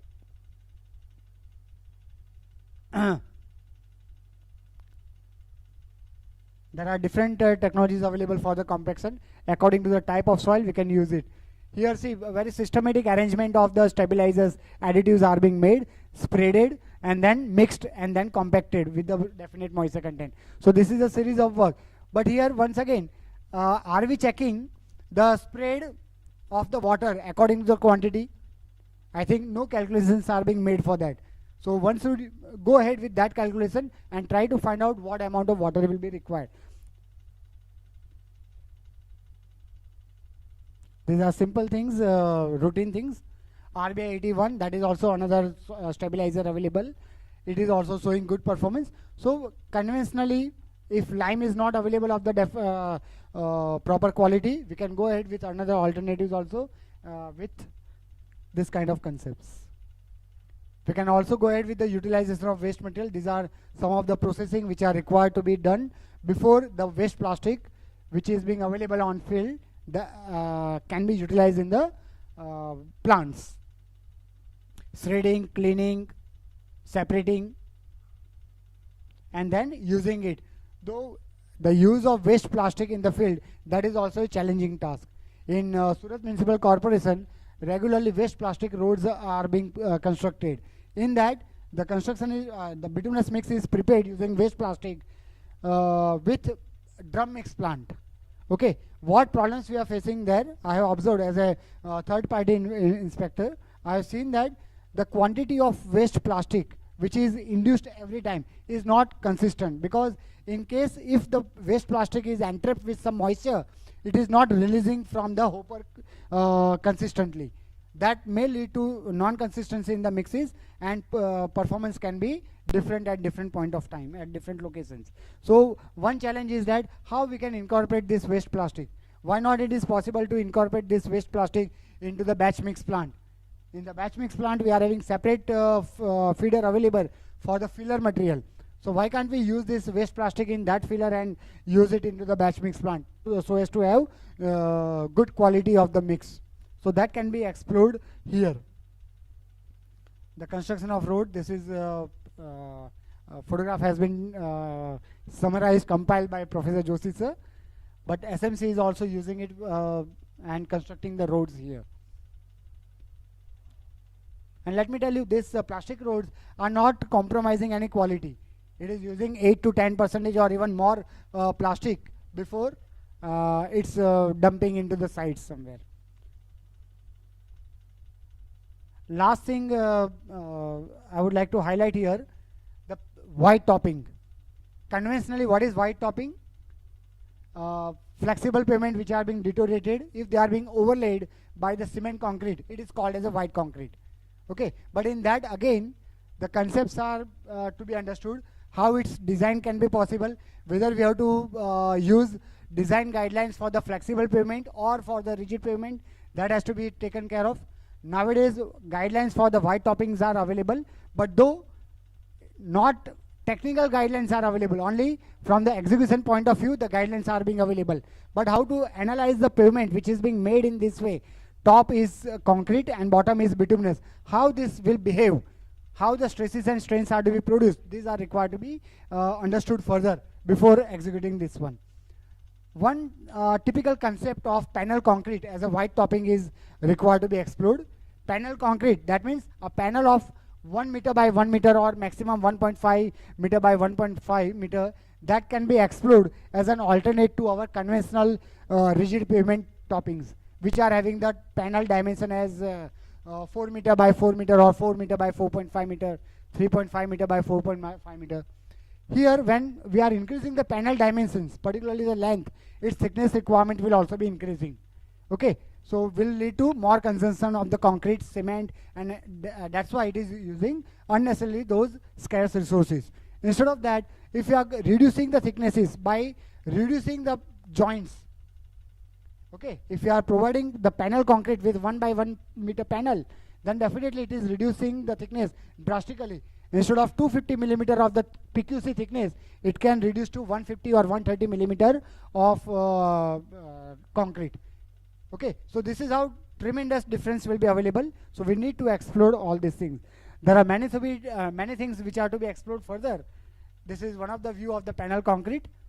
Okay, though one may argue that there will be number of joints, more number of joints will be available, maintenance will be difficulty, right? And the cost of maintaining that joints will also be more. But apart from those arguments, this can successfully be executed. It has been executed at many places, even on the national highways also, they are being implemented. There are many things which can be explored further. It is there in the slide, so I'm not going to talk much about those things. So at the end, I think we can summarize what can be the challenges for us to adopt this sustainable technology. First one, cold mix technology. Second, warm mix, recycling, use of waste materials, right? These are the things which can be explored further by us and to be adopted. So thank you very much for your patience hearing.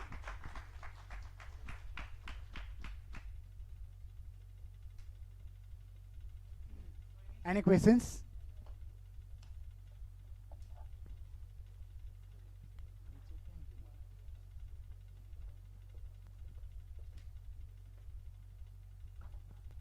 Hello, sir. Sir, as you have discussed the topic about steel fibers, yes, for self-healing cracks. Sir, I want to ask that those cracks, you said that they can self-heal when the temperatures are great and we can give the temperatures and that. But sir, in areas like Gujarat and Rajasthan, where in the summer the temperature is already so high that even the bitumen can be bleeding. Sir, in that case, if sir, what Okay. if my question is sir, अगर જ્યારે ગરમ થઈ શકે જાતે તો sir self heel થઈ જાય છે but sir what if freezing and thawing action comes in the picture. I think freezing throwing actions, it is not a cold climatic condition where it is recommended right now. Okay. Particularly healing action will be happening Yes. for the cracks Cracks. where the steel wools are available because they are the good conductor of the heat. Heat. Okay, it transfer that heat to the each and every particle of the bitumen, and that's how it is going to recover that cracks. Okay, so that is the concept, right? And When you are talking about heating, when you are hitting the cracked portion, your bitumen will become soft, and that is intentionally required to be done like that. So bitumen will become soft and will spread further, so that those cracks will be sealed once again. That is the concept behind that. Okay, so it is intentionally required to be heated. okay. And sir, another question is, I also done a project on my dissertation on wrap material. Sir, you have said that if we are going for a conventional method, then as per Morth, we are going for 4% air voids. We are designing at optimum binder content. But sir, if we are going for a higher percentage of compactions, that is 90 compactions or more compactions, sir, I think there may be a difference in air voids. Then how can we decide the optimum binder content? That is what this is one of the research need. We have to see with different compaction blows how the performance is getting increased or affected. And looking to these studies which are being shown, which are being done by our MTech students only at Svnit, they have shown that with the increase in the compaction effort, the performance, especially rutting, cracking, and moisture damage, all are increasing. Yes. Okay, so it is preferable to get our mixed design done at those refusal densities or increased compaction effort.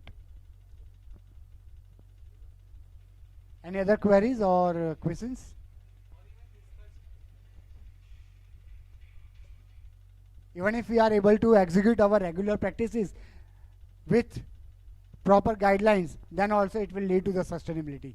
Okay, even if we are not attaining the advanced technologies, then also we can do it. So please make your efforts. I know everyone is putting their efforts, but there are many constraints. Yes, thank you.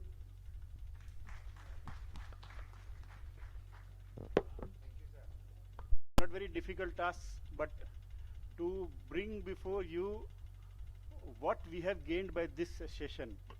I think first of all, we all will agree that surely this has been something beyond our expectation.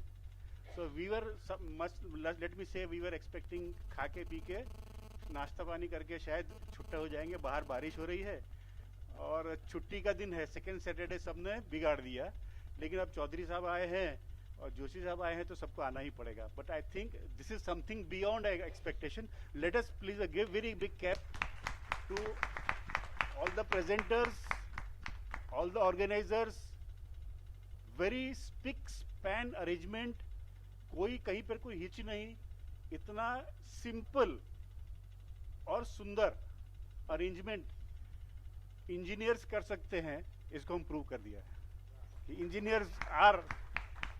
engineers are good managers. We can know most of our engineers in the department, they are managing, they are good managers. So please, I compliment all of you and myself also because I'm a part of this Institute of Engineers.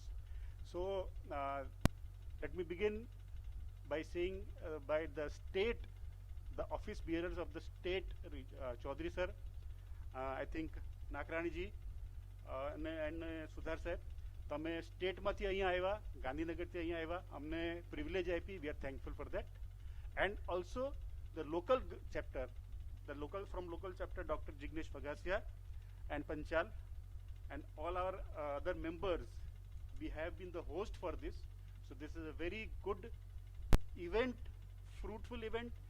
We are taking something, some of you have given something, we are taking something back with us. The session began with Chaudhary sir giving the background of IE Institution of Engineers, also other office bearers gave the what is the motto of Institute of Engineers, what we are doing, what we can do and what we should do. What as an engineers forum, mature engineers, field engineers, what we should do to get back to our society and to our system. That was the welcome address given by Chaudhary sir. Sir, I'd like to bring to your notice that Joshi sir had told that we have 3 generations of engineers over here. I'd like to add that we don't have only 3 generations but 3 different sections of engineers. The field engineers, practicing engineers, senior engineers, junior engineers from the field, R&B, corporation, and the academicians and the researchers. That is the second section of the our engineering fraternity. And the third are the learners who are going to use these data knowledge from what these 2 sections have interacted today. The researchers have seen what they have observed from their field, how it could be mixed with the today practices and how we can improve it for tomorrow. That is our motto of achieving sustainability, using today's not only resources but knowledge is also a resource. Using today's knowledge for improving our future coming tomorrow, and there has been today's 3 sections: the practicing engineers, the research and academicians, and the students. And the 4th fraternity that you have very, very importantly added, sir, are the contractors and the material suppliers. I think there was a question from the suppliers, from the contractors, what they can do. So that is what is there. The knowledge should percolate to all the levels, to all the sections, and that has been what we have achieved today. And because our guest of honor, Dr. Joshi sir, sustainability is a very fashionable term today. It's like smart cities. Sustainable. Everyone wants to. Why we want to have sustainability? What is the haste to have sustainability? Why should we all worrying about sustainability? That he has very well pointed out by bringing the scenario, what the worry is, what is the haste. So he made very clear about the sustainable issues, the global scenario, and how it is being looked at the national level. After that, Modera sir, CD Modera sir, he told about the construction building materials. What can be done in the field of construction materials to achieve sustainability by using different concrete materials for concrete, different technology for concrete. After that, Srinivas sir, Dr. Srinivas, he talked about the data-driven intelligent traffic data management system. A very complex, interdisciplinary, no one can say this is a topic of an civil engineer, electronic, but very difficult, complex subject, topic.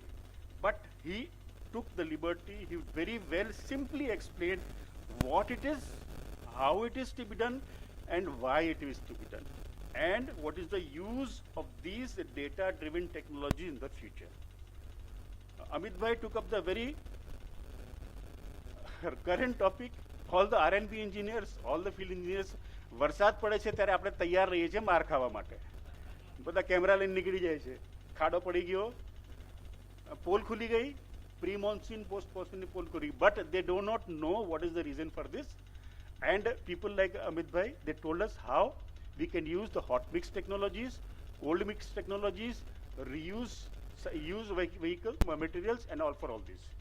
So this is how this today's session was, and I have taken the liberty of taking more time for this, but I think you all will agree this is a very fruitful session for us, and we hope and we request all of you to have future sessions like this and keep it up, and we can expect more from this. Thank you everyone.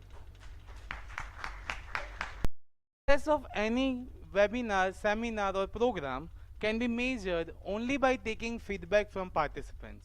So I request any of the participants to please give your feedback. Anyone?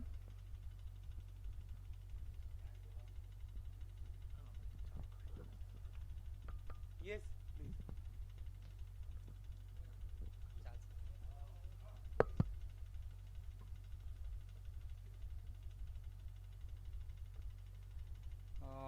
આજનો આ programme Pandya સાહેબે જ એક તો સારામાં સારો feedback અત્યારે આપને આપી દીધો છે. આપણે સેશનમાં સમજ્યા એ પ્રમાણે મોબાઈલને પણ આપણે અપગ્રેડ વર્ઝન કરવું પડે, એટલે અત્યારે ફિલ્ડમાં શું નવી ટેકનોલોજી આવી રહી છે એ આવા પ્રોગ્રામ આપણે એટેન્ડ કરીએ તો જ આપણને ખબર પડે. એટલે ખૂબ જ સુંદર પ્રયત્નો આઈએમઈ સેક્શન દ્વારા થયેલો છે. અને ફિલ્ડમાં જે આપણે કામ કરીએ છીએ એ વખતે આપણને ખબર નથી હોતી કે ભાઈ રિસર્ચ શું થઈ રહ્યું છે અથવા તો નવી ટેકનોલોજી શું છે. તો એસવીએનઆઈટીના ખૂબ જ વિદ્વાન પ્રોફેસર્સો કે જે અત્યારે ફિલ્ડમાં શું રિસર્ચ ડેવલપમેન્ટ થઈ રહ્યું છે એ બાબતે આપણને ખૂબ જ ઊંડાણપૂર્વક સમજણ આપી. એ માટે એસવીએનઆઈટીની ટીમનો ખૂબ ખૂબ આભાર આપણે માની શકીએ. અત્યારે અમદાવાદથી આ પ્રોગ્રામને એક્ઝિક્યુટ કરવા માટે બધા અહીંયા પધાર્યા છે, અને આપણે સુરતને આપણે એ લોકો ત્યાંથી આવ્યા, આપણે ઘર આંગણે આપણને આ સરસ પ્રોગ્રામ એરેન્જ થયો અને આપણે એનો લાભ મળ્યો. એ માટે આપણે એ અમદાવાદની આખી ટીમનો પણ ખૂબ ખૂબ આભારી છીએ. સાથે સાથે લોકલ ટીમે પણ આ પ્રોગ્રામને આટલો સુંદર એક્ઝિક્યુટ કરવા માટે ઘણા પ્રયત્ન કર્યા છે. રજાનો દિવસ બધા માટે ખૂબ જ અગત્યનો હોય છતાં પણ અહીં બધા ઉપસ્થિત રહ્યા છે. અને સાહેબે કીધું એ પ્રમાણે અત્યારે પોલિસી મેકર્સ અથવા તો આરએનબીના ઉચ્ચ અધિકારીઓ હાજર છે, એમના ઓફિસર્સ હાજર છે, કોન્ટ્રાક્ટર સપ્લાયર્સ હાજર છે, સ્ટુડન્ટ્સ પણ હાજર છે. તો એ પ્રમાણે દરેક સમાજના અથવા તો આપણા એન્જિનિયર્સના દરેક સેક્શન્સ અત્યારે આનો પ્રોગ્રામનો ખૂબ જ સારો એક લાભ લીધો, અને એ પ્રોગ્રામ ખરેખર સુંદર રીતે આપણે એક્ઝિક્યુટ કર્યો. એ માટે સર્વનો આભાર છે. Thank you. Anyone from ladies? Feedback?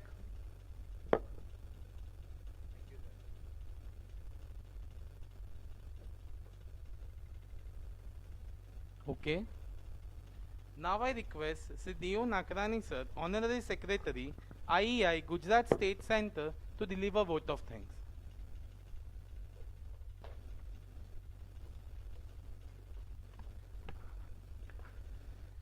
I will not take much time because we are learning too much.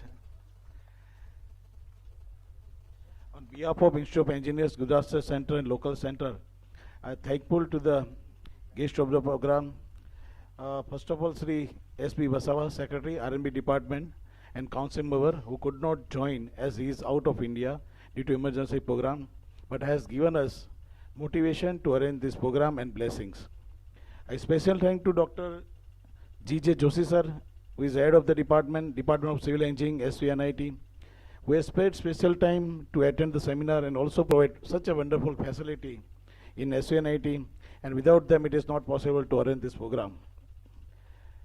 And also I am thankful to him because he has given broad meaning of the sustainability in a very nice way, which can be digested by everyone. I am very thankful to our learned keynote speaker, Dr. Sri Modera, who is Professor of Department of Civil Engineering, SVNIT, Surat, who has delivered his thoughts and words on the important topic of concrete, which is very important topic. I am electric engineer, but I am also able to learn something because he has explained in a very nice way with a detailed study, but it can be easily understood. So I am also thankful to them. Our second keynote speaker is Sri Srinivas A. Arekar, Associate Professor, Transportation Engineer, Engineering Planning Department of Civil Engineering, SUNIT. He has wonderfully explained, though he's a subject of the, not a subject of the civil engineering, having a mixing of the technology which is required of the present stage. Because now it's not having one single line of one type of engineer. You should have wide broad vision of, and have to apply each and every part of the technology in our field. Because now we have to become master. बीच वाला की कोई जगह नहीं है. You have to be either master or find some another way to become a professional. So I am very much impressed about Srinivasan sir his wordings about the this thing. And our third speaker, Amit Kumar J. Solanki, Assistant Professor, Civil Engineering, SUNIT, who has really delivered key problem of our today's time. Every time we find, as just Rajesh sir said, that the monsoon season we are finding problem of the roads. So he is nicely expressed. Only thing we require to have ethics in the execution of the work and try to help our nation to remove such a problem. We can apply his methods of technology and by which can remove the problem in future. Because in our electrical we can sort out fault immediately and we can join the wire and sort out the problem. But in case of road, it is not possible. You have to arrange, just I learned from you, because it's not possible to have an immediate result in case of road. So better we have to have a preventive maintenance of the road. And our chairman sir, who is always motivating us, he is his brain to conduct this program in the Surat, and he is very much interested that I want to have a seminar, one-day seminar by our three expert lecture in the SUNIT. So today it is possible due to his thought, and so we are thankful, sir. I am also thankful to Jignesh Bhai Bagasia, who is chairman of the South Gujarat Local State Center, who has given our inputs in the arranging the program and support. I am also very thankful to Panchal Bhai, who has always, from the program, is telling, is any help required, I am ready. So we are also thankful to them. And our enthusiastic Mr. Ketan Hemant, who is planning from the first designing to the execution of this program. Every point he has managed such a nice way, so we are able to finish this program in a nicely time management way, and on the completion of this program we are thankful to Hemant and his team. Particularly his team, I want to mention some names: Nandan and Vishal and other team who has really actively, and we are very impressed. We have done we have not done anything from the Gujarat Center. Everything done by the Hemant and his team from the Surat. We have just provided the support and the protocols that we are maintaining from the Institute of Engineers and the participants. Without them, it is not possible to arrange this program. So we are very much thankful to all the participants, because I see that the old our fellow members are also present here. Our reference book of experienced person are also present here. Our important students are also present here. So there is a mixing of the all audience are present here, and which is helpful to all. I think it is helpful to all the participants, and which will broaden his knowledge, and which will helpful to our nation and society to implementing this thing. Thank you very much. And once again, I thank you all participants. Thank you. I would request before conclusion, we will stand up for the national anthem. Dear.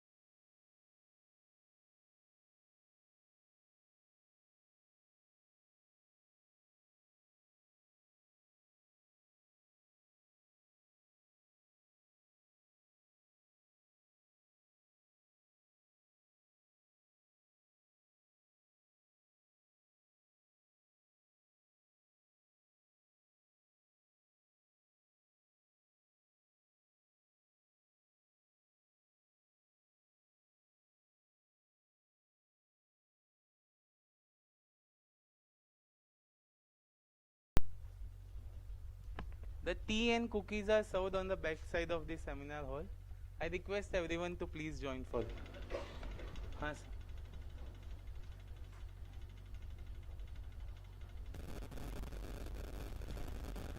So here we come to the end for the first seminar on the sustainability, and hope to see you all in the upcoming seminar series which will be organized as suggested by Chairman sir. Thank you.